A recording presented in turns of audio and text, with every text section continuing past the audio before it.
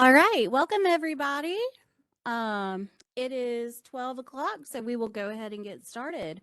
Um, it's good to see some familiar faces. It's really also great to see some new faces. So if we've seen you, if we've met you, or if we haven't, welcome. And we hope you enjoy our Instructional Design and Dine for Spring 2023.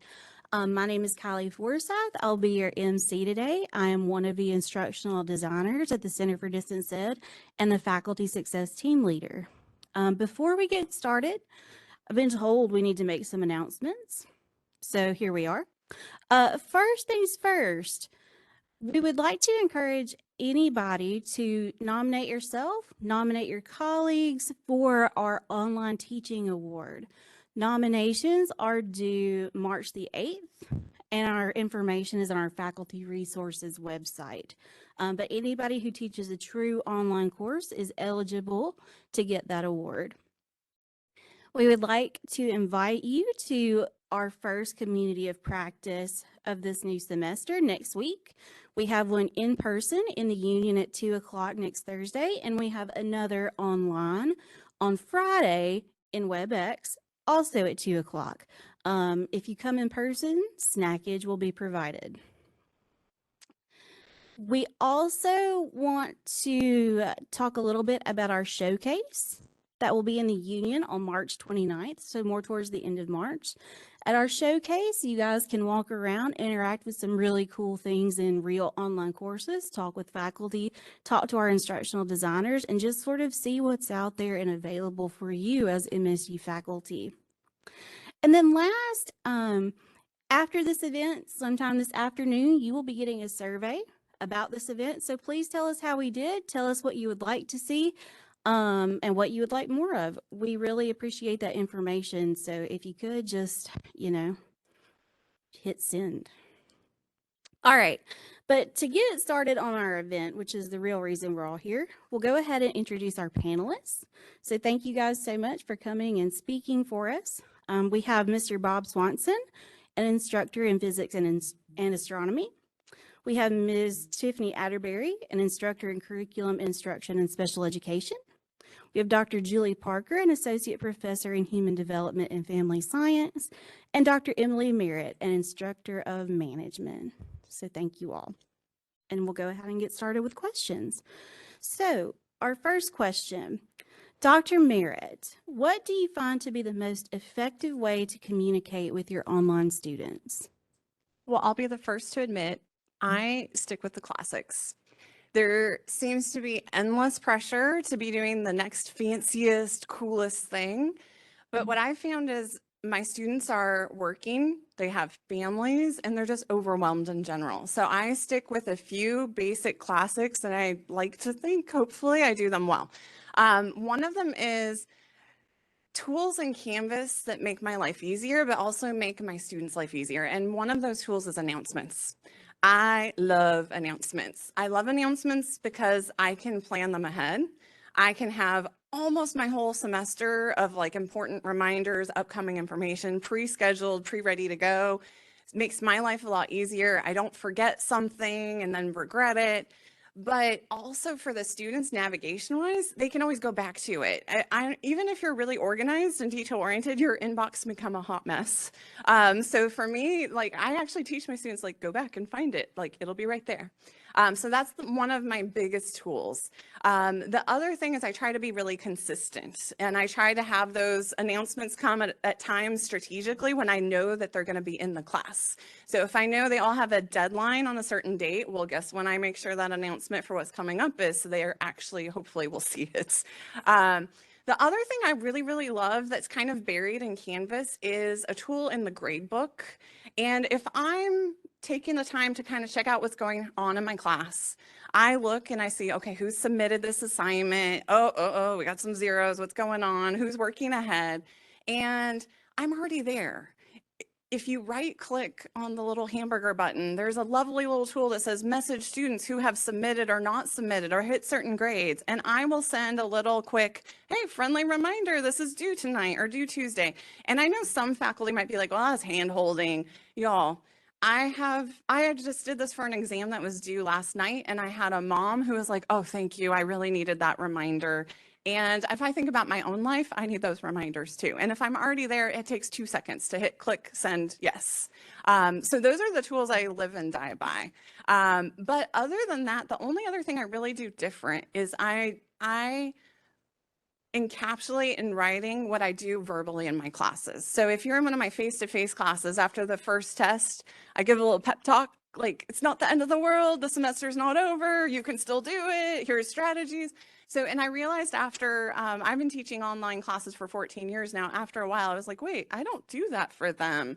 But I have noticed that I get more interaction after I started doing those more conversational posts, because it makes me more human and more approachable and not so like, this is when things are due. So those are my main tools that I would say I focus on the most.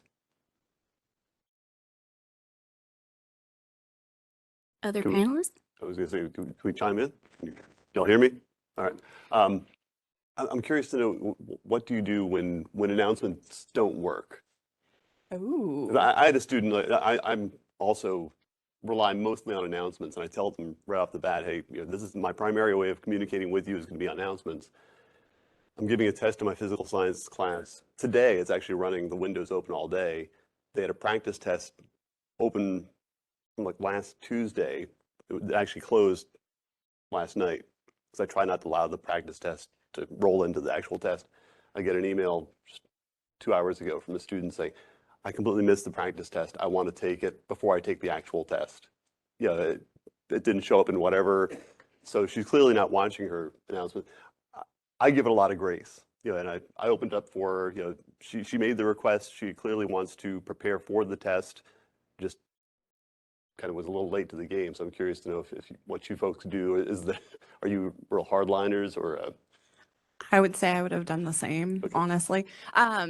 I think use it like a teaching opportunity. Like I try to gently be like, hey, this is pretty important and this is where, and then I try to teach them like, hey, you can have announcements. Like I have everything forwarded to my Outlook, everything. So I try to teach them that because some of them don't realize how much they can play with it, but I would have done the same. I'll chime in. I'm Tiffiney Atterberry. For me, the most effective way for communicating with my online students, I do weekly announcements as well. So if my due date for all assignments are 11:59 on Sunday night, when Monday comes, I always give them a detailed announcement that's going to outline whatever the upcoming assignments are going to be for that particular week. So students have a clear understanding of what are the requirements, how are those assignments that I've allocated for that week is going to support the course objectives. And then in addition to that, I'm going to make sure that I detail and break down how to complete those assignments as well and give them some examples to go with it. I also like to do weekly WebEx recordings for them.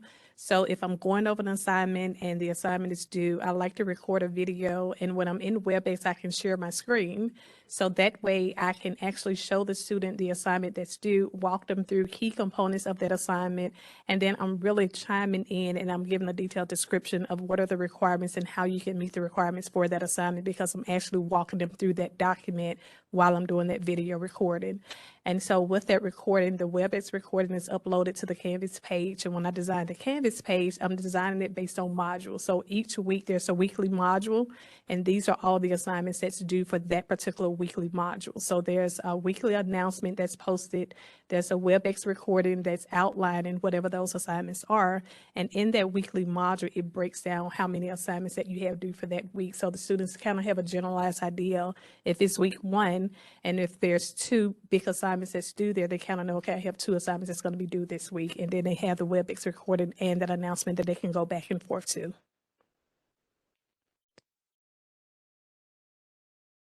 So I'm Julie Parker, and I appreciate this opportunity to share. And like what Ms. Atterberry was saying, I do the same thing in many of our courses, in that I try to start out, and I'll talk about this a little bit more with some different questions, but we have both synchronous courses that we offer in our graduate program, and then we have asynchronous as well.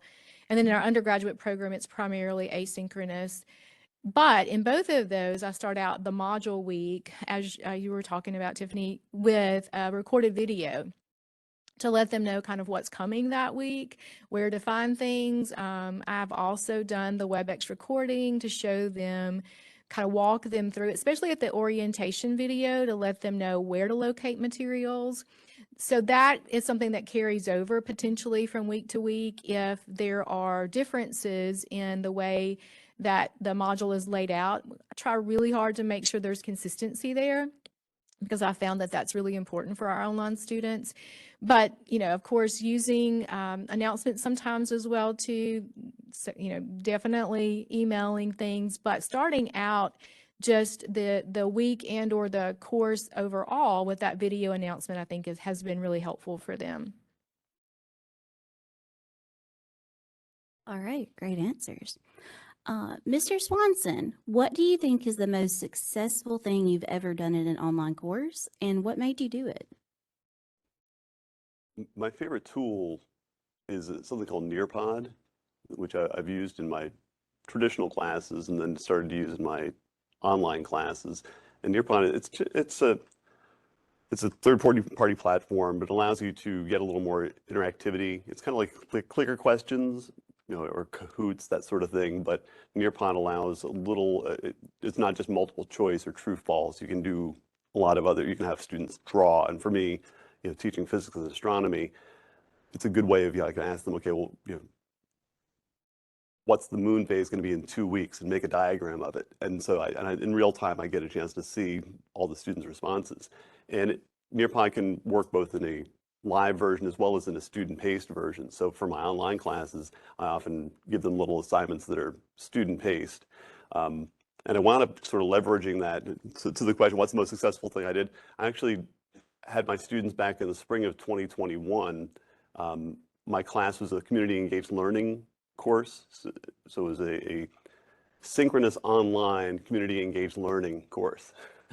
And so I had my students do a group project in the midst of COVID about kind of physicsy music videos from a band called OK Go, if you've ever seen they're the guys who did the treadmills.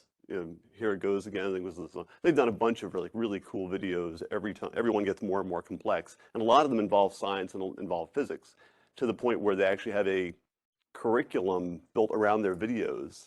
And so I had my students essentially create little physics lessons as a group project, which I then deployed. Once I got the results, I deployed them for the science club at Overstreet Elementary. So I told my students, I want you to teach these physics lessons based around this music video to 5th graders.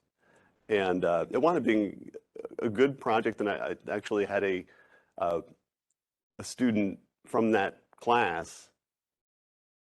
I was in a play at Starkville Community Theater this past fall, and she came up after the show and said, I was in your class, and we had an email exchange way back when, but she told me how much she enjoyed the project, that she wasn't expecting to really like doing it, and it was nice for her, especially during COVID, to work on a kind of a group project with some fellow classmates. So I'd say that's probably one of my.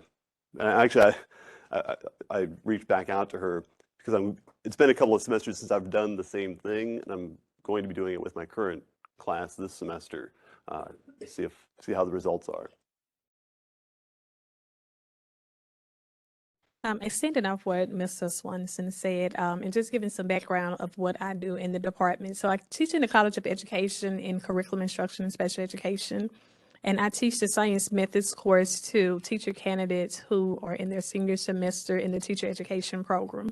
So with that course, I'm teaching them how to take the science content, which is the curriculum, and how to implement instructional practices inside the classroom to teach K-6 students that science content. So one of the things that I have to remember when I'm designing my online course is that the course objectives that I have for my Campus 1 course are going to be the same objectives for my Campus 5 course. But I have to make sure that the instructional activities that I'm identified to support those objectives are going to be actually measurable for my Campus 5 students. So one of the things that my students do is we use the 5E's inquiry model, which is based on constructivist theory. So students are kind of constructing their own knowledge and understanding of the content by doing hands-on exploration. So what I try to do with my students is I try to have them do those exploration activities, the same things that we would do inside of my Campus One classroom. And I try to recreate those same experiences for my Campus Five students, because at the end of the day, I want them to truly understand the course objectives and how what they're doing inside of my course is going to support the objectives for the course, and they can actually take these things and use them inside the classroom. So we have asynchronous meetings where the students are participating and engaging in those hands-on explorations that I'm providing for them. And we also have those discussion boards where they can select family members or friends, or if they want to do it with students inside the classroom where they're doing those explorations and they're recording it and they're uploading it to the discussion board. And peers can select another peer recording to watch the exploration and provide some feedback. So when we're doing the asynchronous meetings and we're actually conducting those live exploration activities, I'm giving the students the opportunity to see how I will implement this inside of my Campus One classroom and the type of questionings and techniques that I will be using inside the classroom to make sure they have a true understanding of how to implement this inside of a K-6 classroom, so they can see the practicality behind the activities that they're doing, and they're not just feeling like they're just completing objectives and assignments just to meet course objectives for my course, but they can actually see how they can use this inside of a real classroom.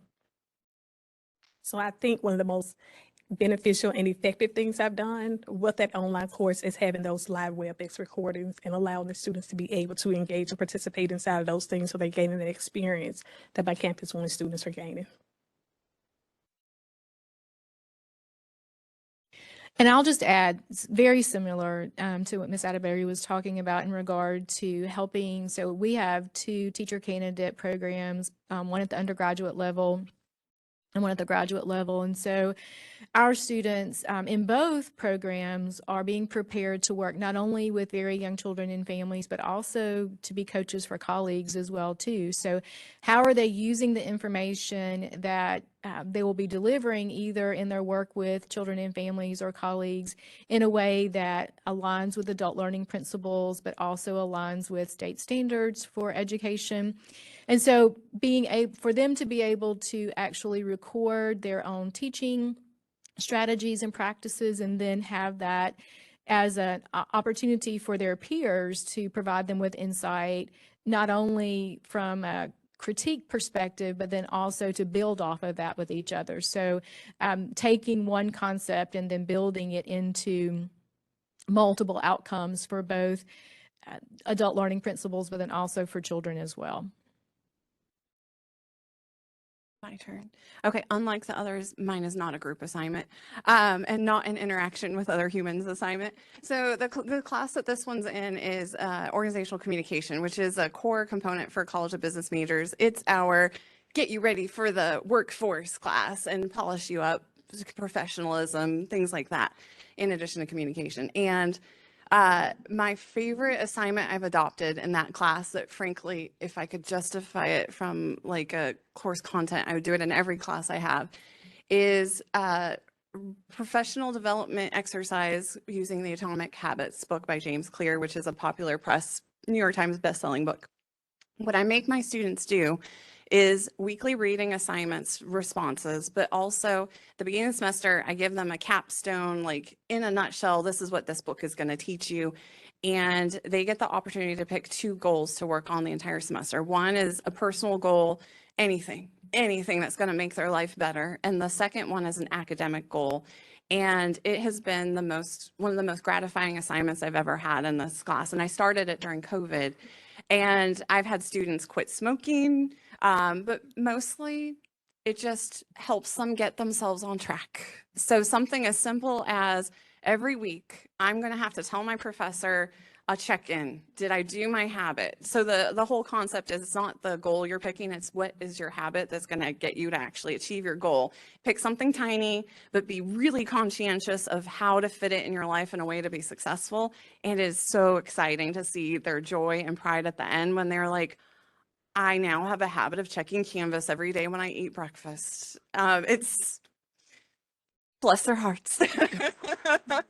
But I would say that's been the most successful thing, just from a pep them up, but also from a you can do this motivational perspective as well. Those are great. All right. Ms. Atterberry, what strategies or tools do you like to use in designing your Canvas course to help your students stay focused and engaged? Okay, so one thing I have to remember that if my students are Campus 5 students, that means that they chose to be a distant ed student for a reason. I mean, a lot of these students are working full-time, so the amount of time that they have left in their schedule to focus on coursework is going to be very limited. So I always have to remind myself that although my course objectives are going to be the same for my Campus 1 students and my Campus 5 students, I have to remember that quality supersedes quantity. Remembering that it's not about how many assignments I'm going to give them, but making sure that the assignments that I'm choosing are quality assignments that's going to align with my course objectives and still give the students what they need to know in order for them to be an effective teacher inside of a K-6 classroom. So when I design my course, when I think about the strategies that helps them to stay focused, I try to remember that at the end of the day, I have to remember that I got to give them enough content so that they're able to actually meet those course objectives. So I try to remember to let's have weekly WebEx meetings with them. If there's a large assignment that is due, I want to have WebEx meetings with them so that I can go over those assignments and make sure that they understand the purpose of the assignments and how they support the course objectives. When I think about the tools that I use to help keep them engaged, we have discussion boards that they are completing. We have WebEx that they're engaging in. I have recordings that's there for them. So just trying to identify different strategies to kind of keep them focused on the goal of the course and what that course is designed to teach them.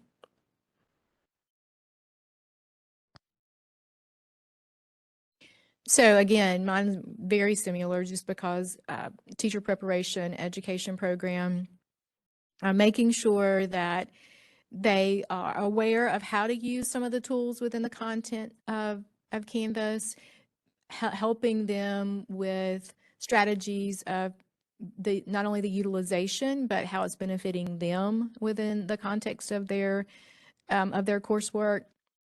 But I also think that the way that, and I was going to talk about this kind of in my next question, but the way that we have decided to design our canvases is really specific in that it keeps students in the same thought process as they're working through the different modules as well too. So I think all of those things are really helpful so that they don't have to overthink what they're doing. They know kind of where to find materials, what comes next after they finish a certain module. If it leads right into an assessment and or an activity, then they can find that fairly easily. You know, since the goal is to keep students focused and engaged, just like in a traditional classroom, you know, avoid student frustration. You know, whatever you can do in your course design to make it as simple, you know, an easy roadmap. Because once students become frustrated, then they check out, and once they've checked out, it's tough to get them back. So, yeah, that's one of the, I guess, the key. It's not always an easy thing to accomplish, but a clean course design is important for the student experience. This question, I was like, what makes me disengage? Either overwhelm, like it's too much, too like, oh my gosh, there's no way I'm ever going to achieve this, or good intentions, but not enough frequency of deadlines to keep me like on track. Like if you think about the projects that have the monthly meetings, those are the ones that are my worst because it's like, oh, a week before the meeting, oh, I haven't done anything on this. So I try to use assignments in a way to be conscientious and pacing. So I make sure that there's assignments every single week with due dates every week so that they're in the class space at least once a week to not check out too long. And then the only other thing I would add is to kind of go back to the communication piece. If I have someone who misses something like an exam, I do usually reach out to them and say, hey, because I use an optional final for makeups for that in my class. And that policy lets me reach out to them and say, don't quit. You can still succeed in this class, like keep going. And that definitely has made a difference for several students. All right.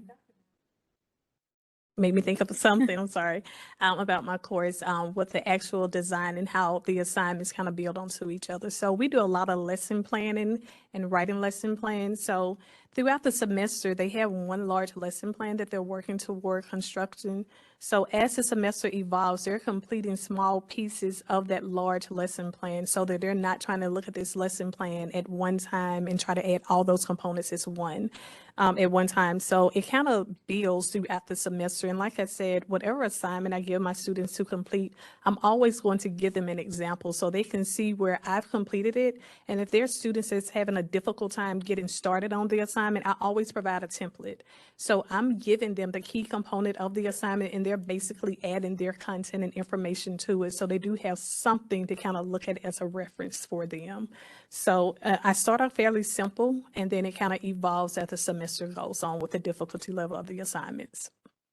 And like she said, communication is key. If they're seeing where they're having a difficult time, just letting them know that, you know, communication doors are open for them. We can meet via WebEx, we can meet via Teams. You can call me during the office hours and just let them know that I'm there to support them wherever they need that assistance. All right, excellent. Dr. Parker, what are some of the pitfalls to watch out for when it comes to developing an online course or the course content? Yeah, thank you for that. So I think that some of the things that we've already noted, specifically as it relates to our students, or what I have found that's been really efficacious for our students, is making sure that as they move through the modules, so we do set up content in modules per week. And so as they move through the modules, they know exactly what's going to be in the next folder, what they're going to be moving to next, where to locate the information that they need. One of the things that I learned fairly early on was that you don't need too many access points.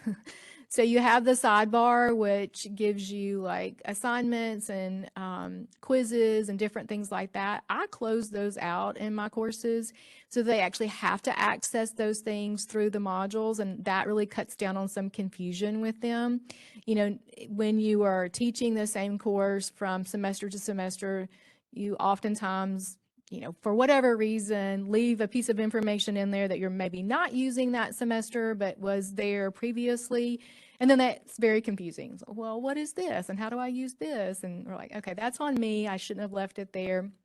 But when you close out the sidebar access to that and just keep it within the context of the modules, then that reduces their accessibility to some pieces of information that they may not necessarily need to have in that current semester.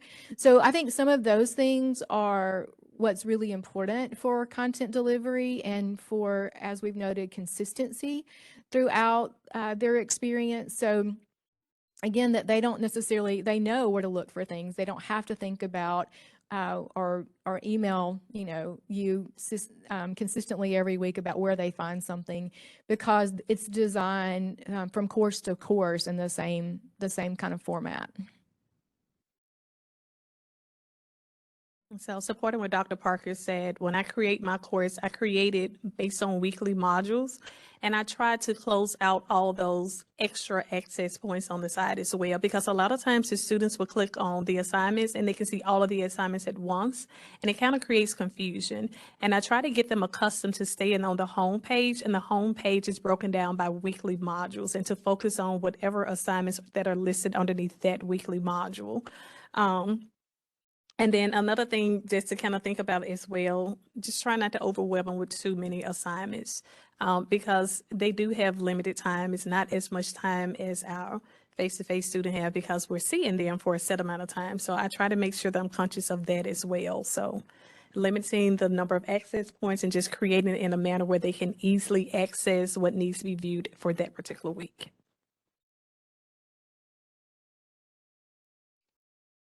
I'll mention, I'm experiencing a pitfall. You know, we mentioned about, using, a lot of, kind of copy from one semester to the next semester, and usually you assume that everything is the same.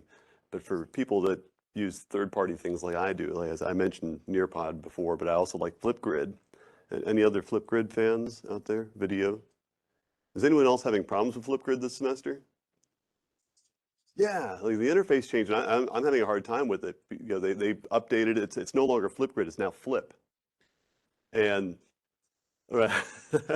and so I do a lot of my discussion boards, and I've been doing it for several semesters using flip grid. And now that they are flipped, that something is broken with the Canvas integration, which I didn't know. I assumed, I started this semester thinking, oh, everything's hunky-dory. And then the first discussion board, I have numerous students emailing, I can't access it. And I eventually wound up just ditching it because I couldn't get any response from Flip. And so I'm still looking for a solution. If anybody's got one, that'd be great. But I ditched it for the time being and went back to a text-based discussion board because the juice just wasn't worth the squeeze. I do like it, but, and so you have to be aware of those sort of things. Watch out for broken links in your courses. Link validator is your friend.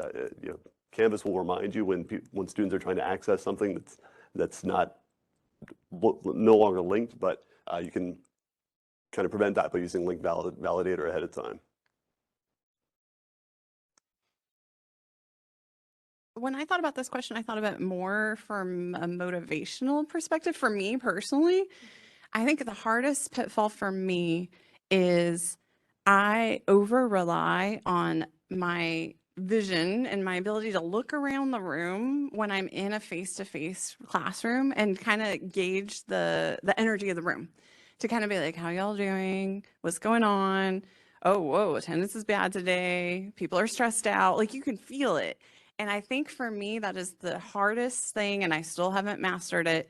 With an online class, you don't have that. So I would say the biggest frustration I've had teaching online courses is just handling the fact that I'm going to have to be extra aggressive in reaching out, because we all like to isolate when we're not doing great. Like, no one likes to admit, oh, I'm having a hard time. I feel like I'm out of my league. This class is too hard for me. I feel like an idiot. Like, no one's going to email you that.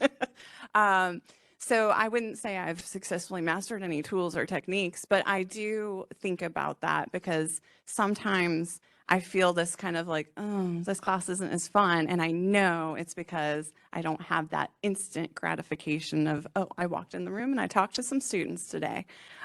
So for me, but that's my downfall, not so much theirs. All right. Let's see. Dr. Marett, what difficulties have you had in creating course materials and how did you overcome them? My biggest difficulty is resisting the temptation to throw in everything in the kitchen sink because I get too excited. Like, ooh, that's cool. Let's try that. Let's try that. So like what you've been saying a lot, I try to be really, really conscientious of student demands on their time, but also having had family members that did 100% online degrees, and the constant kitchen table conversation was, this class is harder. Like, my face-to-face classes do not have this level of expectation. And what I see and feel my own self doing is this pull to be like, oh, well, we're not going to have a classroom conversation, so I better add this assignment and this assignment and this assignment and this assignment. And if I'm really brutally honest with myself, sometimes I'm not really good at getting my face-to-face students to talk. So why am I putting this heavier burden on my online only students that I don't put on my face-to-face students? So I just try to be really, really conscientious of what assignments really are there for learning tools, instead of checking a box to feel like, oh, I made them do some work to prove that they're doing work in this class, since they're not in an actual classroom with me. But that would be my biggest struggle with developing online courses, is not trying to do too many things and then stressing them out. And that kind of reminded me, I've always, at least in the recent semesters, I've done reading quizzes, just to make sure, again, because in an online environment, you're not sure, okay, who's keeping up. And so I have these reading quizzes to make sure that students are keeping up. And they just draw from the textbook question pool. And I think when I set it up, I think I did filter out some of the questions because I thought they were too mathy or that sort of thing. But one thing I've started to do, because I was getting some feedback that, yeah, my course was a little overwhelming. There was too much. And I thought part of it did have to do with these reading quizzes, because I really didn't vet all the questions that well.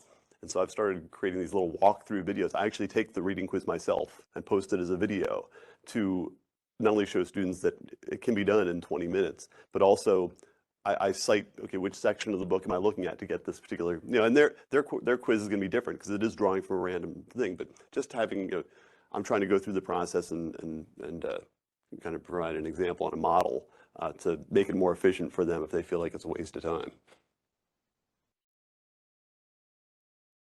I think a challenge for me is looking at the course through the eyes of Campus 5 students. Of course, both campuses, like I said, they're completing the same program, they're getting the same degree, so ideally I want the content to mimic each other. But when it comes to identifying the course material, when you're creating it for an online setting, you have to think about, okay, am I giving them the assignments that's truly giving them what they need and not just checking the boxes? So for me, trying to create these assignments that I'm typically doing with my face-to-face students and trying to figure out how do I recreate these same assignments so that they are meaningful and effective in an online setting. So the most difficult thing for me is how do I recreate these assignments in a totally different way so that my online students are getting the same thing that my Campus 1 students are getting. And overcoming it, I think, is really just being able to look at the course evaluations at the end and see what the students are saying. So when they ask the students, what do you feel was most beneficial in the course?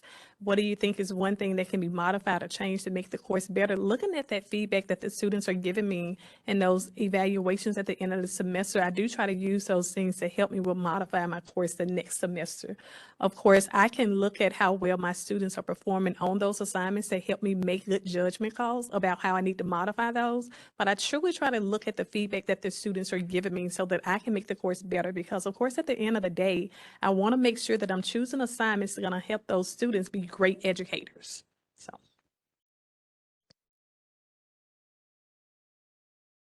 So I'll just add to that. I think we learned a whole lot through our transition in COVID in regard to both our Campus 1 students and our Campus 5 students.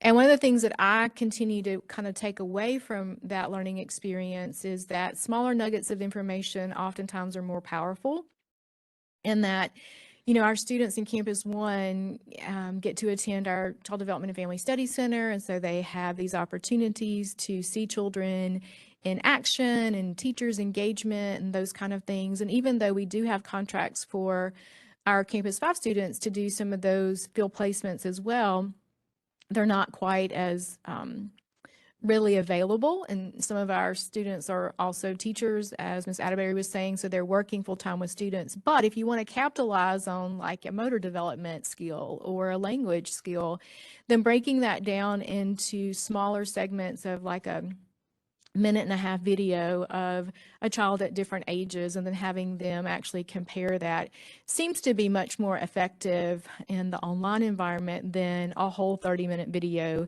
and expecting them to analyze it at the end, because they have, the capacity to look at a video for a minute or two and then think about an analyses and then compare that as the child gets older as well too. So again, I think some things that you want to make sure that your content or your outcomes are similar in both of your Campus 1 and Campus 5 programs, but doing that in ways that is much more digestible for the Campus 5 students.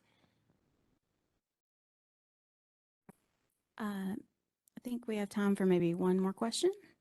Mr. Swanson, what tools or methods do you use to engage students who are less tech savvy in an online course?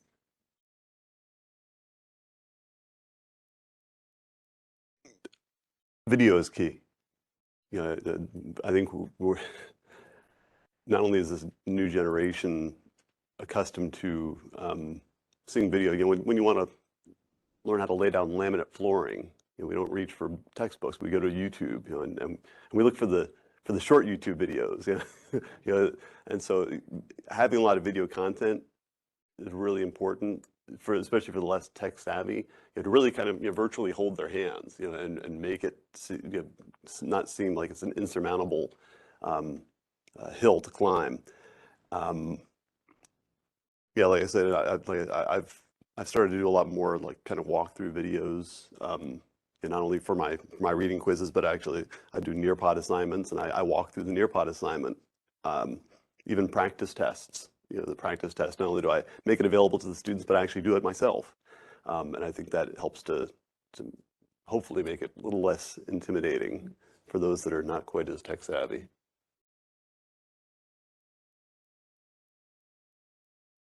For me, it's a question that I hear all the time from my students. They say, "Oh, Ms. Atterberry, I'm not really good with technology." And I'm like, "Wait, what? You're in a distance ed program. How are you not good with technology?" So what I try to do throughout the semester, like I said, we have those experiments that we're conducting. They have the experiments that they're completing with family and friends. So throughout the semester, I try to get them acclimated and get them comfortable with using Studio, which is that video recording tool that's in Canvas. And so I tell them, you know, when you're conducting or completing the experiment with your family and peers, use Studio to record the completion of those experiments and upload it in Studio. Because at the end of the semester, when the students go out into those field placement classroom, they're teaching a pre-planned science content lesson plan inside of those classrooms, and they have to record themselves teaching. So by the time we get to weeks 10 through 14 in the semester, they've had a lot of experience with using technology in the course because they have to plan lesson plans as incorporating the use of technology. So by the time we get to week 10, they should feel confident and comfortable with using technology inside of that course. So they're not saying, well, I still don't really understand. And so then I can go back and tell them, go back and think about all the different things that we use all semester. You use these things. Now it's time for you to apply those things that you learned all semester. So just being able to integrate technology inside of your course the entire time, it kind of continues to build that confident level with those students.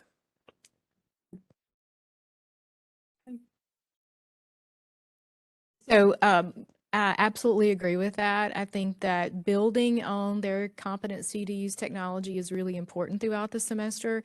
One of the things that we have found also is that just being very transparent and honest with them at the very beginning of the semester about what they need to be successful. We recognize that still we have students in geographical areas in our state, but then in our program as well throughout the whole nation, who don't get the best internet service. And so helping them recognize what would be helpful for them, you know, if they can't actually access it from their home or their office, where could they go to actually get the internet service that they need? And what is that going to look like on their end as well too? So giving them that kind of information to begin with, and then walking them through the different applications that they'll be engaged with in the semester that at the end they're going to be using for like final projects and everything. And I do a lot of the same things. I love doing the little screen capture walkthroughs. But one thing that I try to be conscientious of, to build off what you just said, was the length of my videos. So if I already have someone who's not very tech savvy and they're unlucky enough to be in a place that doesn't have the greatest internet, which frankly, until we got fiber in Starkville, was just driving 10 minutes outside of town. If I have an hour-long lecture video, then they're going to be really extra perplexed if they already are having a hard time with their technology skills, and it's just a broadband issue. So I try to limit and cut my video lectures into 10-minute chunks, which is also good from attention standpoint too.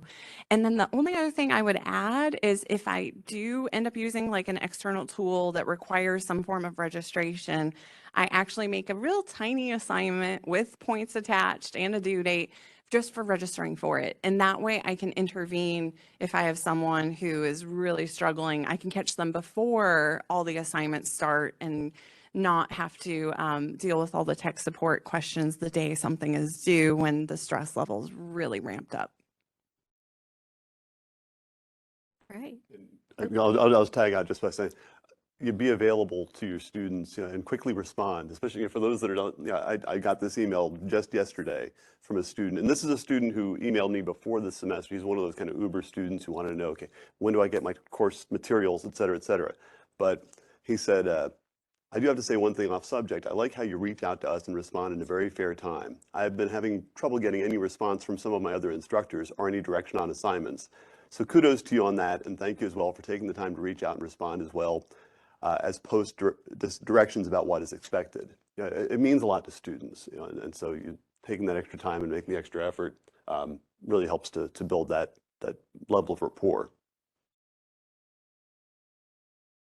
adding one more thing to it as well. One thing I found helpful is at the beginning of the semester, if you know that you're going to be using different types of technology pieces and you feel as if your student isn't that confident or comfortable with using it, you can always do a recording that kind of walks them step by step through it. So if it's something that you're going to be using throughout the semester, that video recording is uploaded to your home page or to your Canvas page. And so you can always tell the students, go back and refer back to the video that was uploaded in week 1. It should be able to address any type of technological questions that you have regarding that assignment too.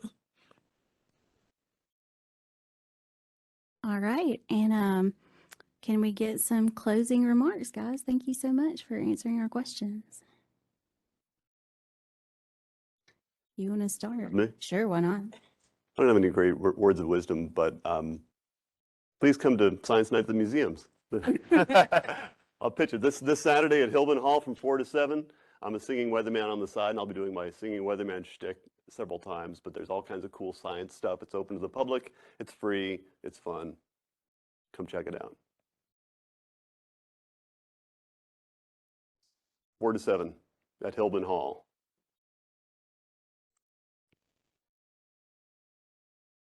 Well, I mean, outside of some of the things that we've already addressed, I really appreciate the assistance that you get here from the Center for Distance Education. They've always been extraordinarily helpful and thoughtful in their responses and ready and eager to help as well too. So definitely reach out to the instructional designers here if you have questions.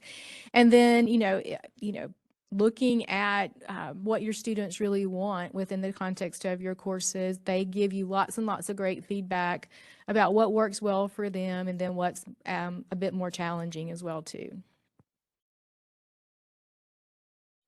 Okay, closing remark for me. I always say quantity is never better than quality. So it's not about the number of assignments that you have, but just making sure the assignments that you're choosing are effective assignments for ensuring the students can meet your course objectives.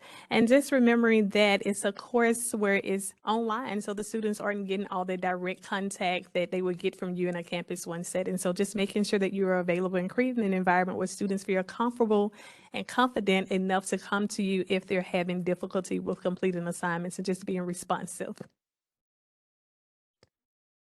The only thing I would add is the more conversational, the more authentic you can be in your online course, the more you show of your personality, the easier it is to get them to reach out and talk to you. So even just something as simple as like, I have someone who's in the Navy right now, and he was like, oh, you mentioned you were a competitive swimmer. And he emailed me about being on the search and rescue team, and obviously has to be a really good swimmer. So don't disengage from your own online class would be the closing advice I would give. All right. Thank you guys so much. For everybody else, thank you for being here. We hope to see you at future events. If you want to take some time and actually chat with our instructional designers, we're all in here. Say hi in the back, guys. And if you don't have time to chat today, that's okay. We have our contact information on the table. We have some stuff to take with you, so please take those things with you. We hope to see you at Community of Practice next week. We hope to see you at the showcase, and we hope most definitely to see you nominated for our teaching award. But otherwise, have a fantastic Valentine's Day.